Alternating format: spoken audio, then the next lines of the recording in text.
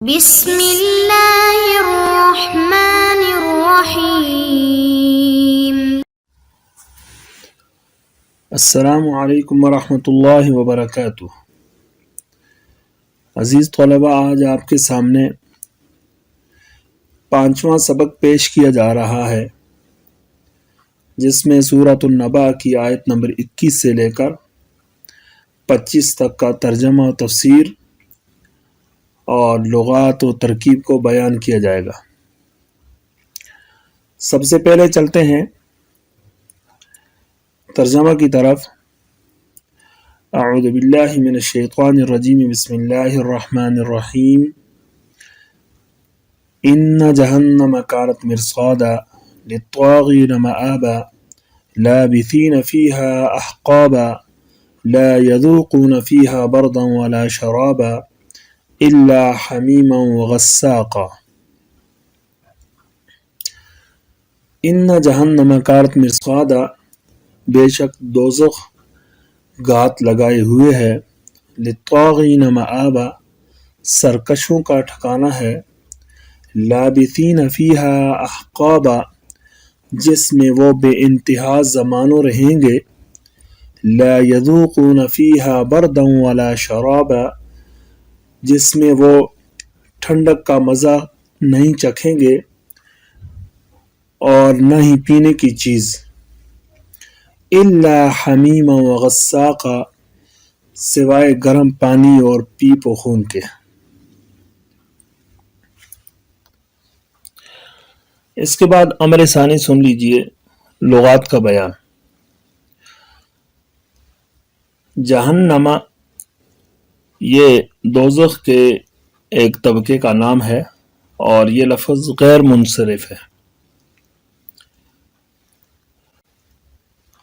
ابن جریج رحمہ اللہ سے مروی ہے کہ دوزخ کے 7 طبقے ہیں، جن کے نام یہ ہیں: ایک جہنم، اور دوسرا لظا، اور حطمہ، پھر سعیر، پھر سقر، جحیم، ہاویہ۔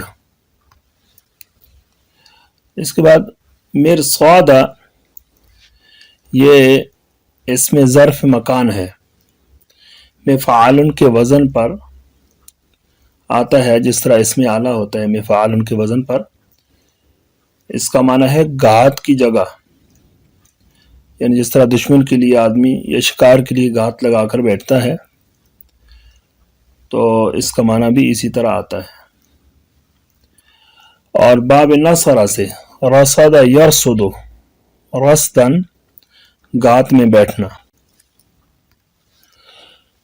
للطاغین، طاغین جو ہے یہ صیغہ جمع مذکر اسم فاعل ہے، اور طغا باب فتح سے طغا یطغا،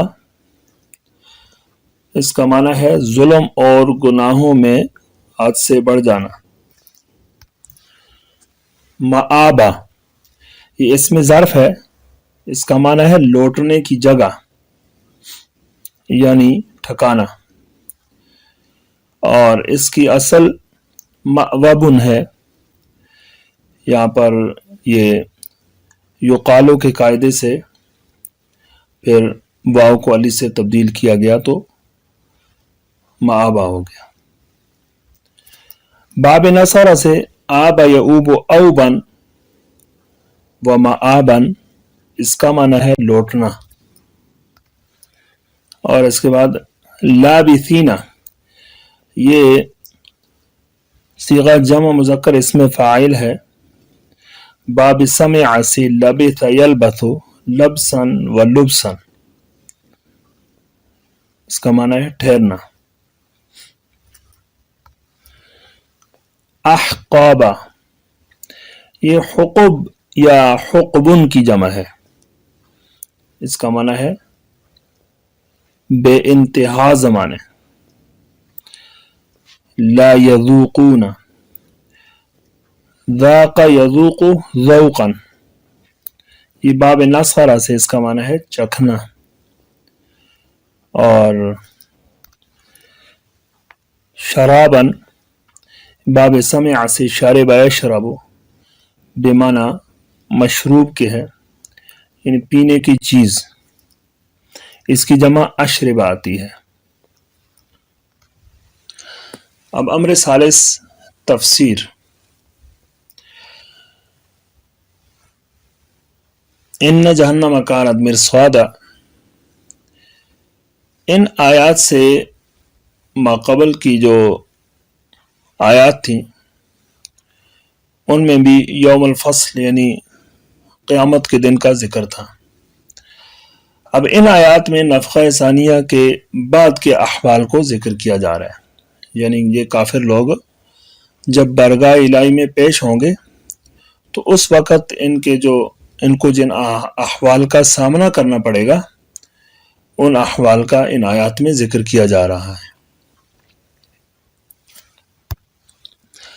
ان جہنم کانت مرصادا، کہ بے شک دوزخ گات لگائے ہوئے ہے، تو اس سے مراد جو ہے وہ پل صراط ہے۔ پل صراط میں جنت اور جہنم والے فرشتے انتظار کر رہے ہوں گے، جس طرح گھات لگا کر آدمی کسی کا انتظار کرتا ہے تو اس طرح وہاں پر وہ فرشتے انتظار کرتے ہوں گے۔ تو اگر جو جہنم والے فرشتے ہیں تو ان کے پاس جب کافر آئیں گے تو ان کو پکڑ کر جہنم میں ڈال دیا جائے گا، اور جو نیک لوگ ہیں، مومن لوگ ہیں، تو جنت والے فرشتے ان کو جنت کی طرف لے جائیں گے۔ للطاغین مآبا، اس آیت کا مطلب بھی پہلی آیت کے ساتھ ملا کر بنتا ہے کہ جہنم گات لگائے ہوئے ہے، اور للطاغین مآبا سرکشوں کا ٹھکانہ ہے، یعنی وہاں پر جو پل صراط پر تو دونوں طرح کے فرشتے انتظار کر رہے ہوں گے، جنت والے بھی اور جہنم والے بھی، لیکن جہنم میں سرکش لوگوں کو جہنم کی طرف گھسیٹ کر لے جایا جائے گا اور جہنم میں گرا دیا جائے گا۔ تو اس آیت میں للطاغین میں جو طاغی ہے تو اس کا معنی ہے، طغیان کا معنی ہوتا ہے سرکشی میں حد سے تجاوز کرنا، نافرمانی میں حد سے تجاوز کرنا، اور حد سے تجاوز تبھی ہو سکتا ہے نافرمانی میں کہ جب انسان بالکل ایمان سے نکل جائے اور کفر میں چلا جائے۔ تو آیت میں یہاں پر طاغین سے مراد کفار ہوں گے۔ اور ایک دوسرا قول یہ بھی ہے کہ طاغین سے مراد بد عقیدہ مسلمان، کہ جو اپنی بدعات اور غلط نظریات کی وجہ سے اسلام سے دور جا چکے ہوں گے تو ان کو بھی عذاب دیا جائے گا۔ لابثین فیہا احقابا، کہ وہ لوگ جہنم میں بے انتہا زمانوں رہیں گے۔ احقابا یہ حقب کی جمع ہے، تو حقب کی مقدار میں کئی اقوال ہیں۔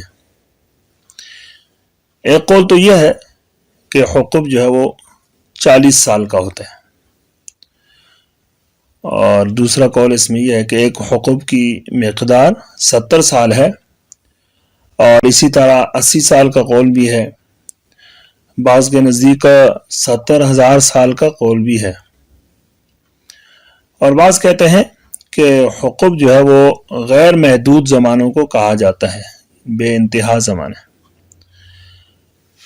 تو اس کا جو بھی معنی ہو تو اس کا مطلب یہ ہے کہ وہ زمانے گزرتے چلے جائیں گے، لیکن وہ کافر اور سرکش لوگ وہ جہنم میں رہیں گے اور ہمیشہ ہی عذاب میں رہیں گے، ان سے عذاب کا خاتمہ نہیں ہوگا۔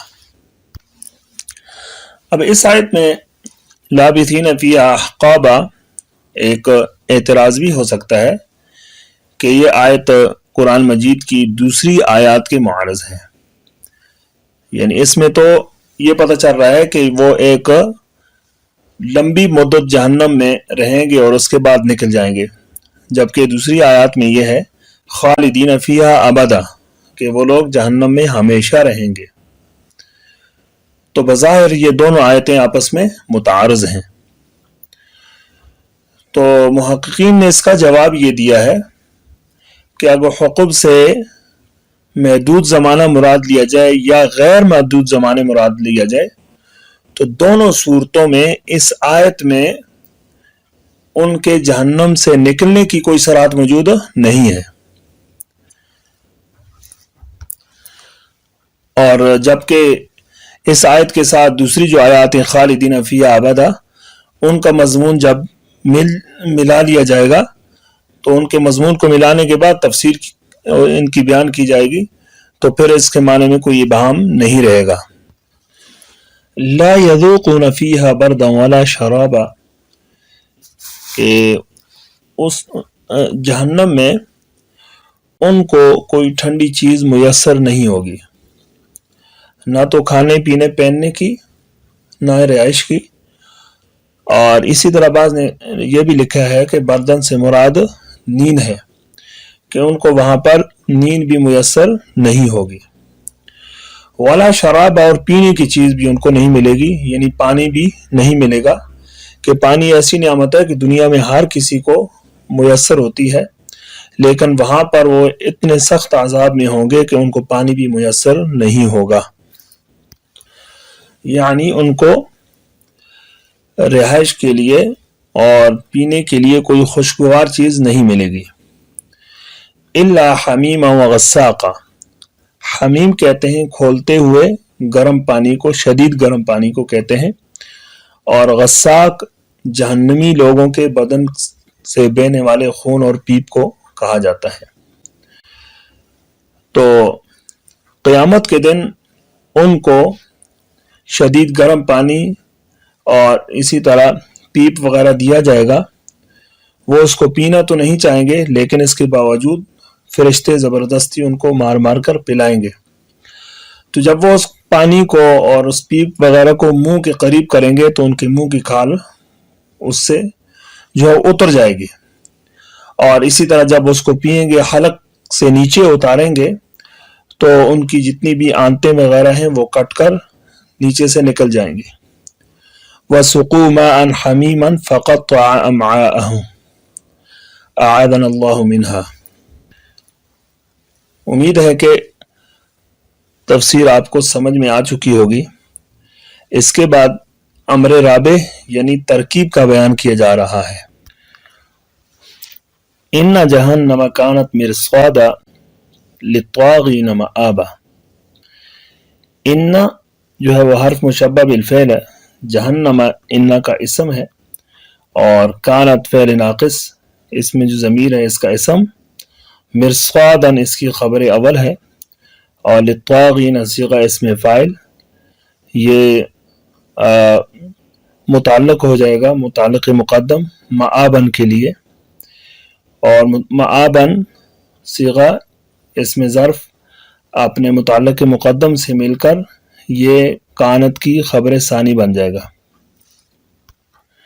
لابثین فیہا احقابا، لابثین یہ صیغہ اسم فاعل ہے اور اس میں ضمیر اس کا فاعل آگی، فیہا جار مجرور مل کر لابثین کے ساتھ متعلق ہو گئے، احقابا یہ ظرف ہے لابثین کا، لابثین صیغہ اسم فاعل اپنے فاعل اور متعلق اور ظرف سے مل کر یہ حال ہو جائے گا للطاغین کی ضمیر سے،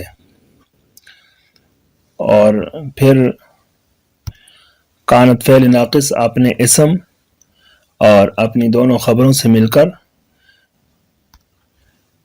ان حرف مشبہ بالفعل کی یہ خبر ہو جائے گا، اور ان حرف مشبہ بالفعل جو اپنے اسم اور خبر سے مل کر یہ جملہ اسمیہ خبریہ مستانفہ ہوا۔